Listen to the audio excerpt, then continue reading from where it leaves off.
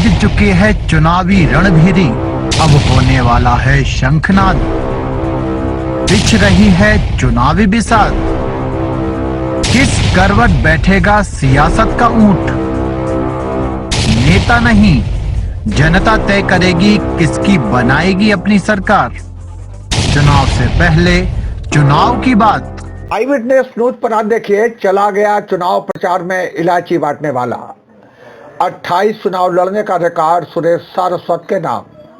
कभी जीते तो नहीं, पर रिकॉर्ड बनाकर चला गया इलायची वाला वकील। 24 के लोकसभा चुनाव में इलायची बांटकर चुनाव प्रचार करने वाले सुरेश सारस्वत का चुनाव निशान किसी बैलेट पेपर पर नहीं दिखेगा।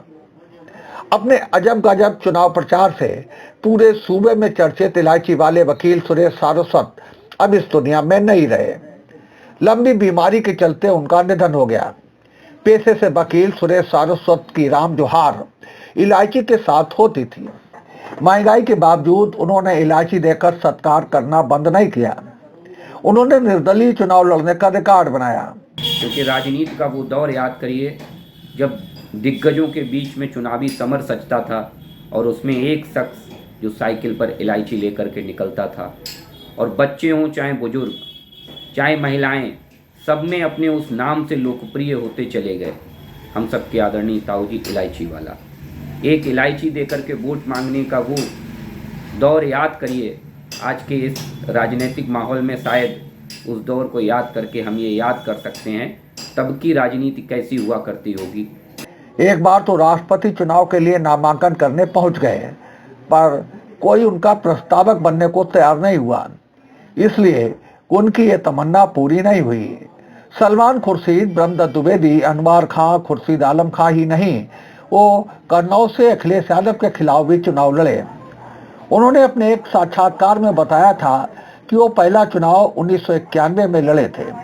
हालांकि उन्होंने चुनाव लड़ने की शुरुआत बद्रीशाल कॉलेज छात्र संघ के चुनाव से कर दी थी।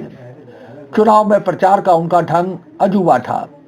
वो इलायची बांटकर वोट मांगते थे, लेकिन अब उनकी ये अदा हमेशा के लिए खामोश हो गई। 28 से अधिक चुनाव लड़ने का रिकॉर्ड उनके नाम दर्ज है। साथियों को भी जब भी वो मिलते थे या पब्लिक में समाज से जुड़े हुए लोगों को मिलते थे तो जेब से निकाल के साहब इलायची खिलाते थे। तो ये उनका जो एक कहना चाहिए मिलने का जो तरीका था वो जनता में उनके नाम के आगे साहब इलायची वाला लगा गया, और जिले के बड़े से बड़े नेताओं के खिलाफ साहब उन्होंने चुनाव लड़ा। उम्मीद है आपको हमारी ये खबर पसंद आई होगी। आप इसे लाइक करें, अपने दोस्तों के साथ शेयर करें और कमेंट करके अपनी प्रतिक्रिया बताएं। अगर आप पहली बार हमारे चैनल से जुड़ रहे हैं तो चैनल को सब्सक्राइब करना ना भूलें। यही निवेदन आपसे है।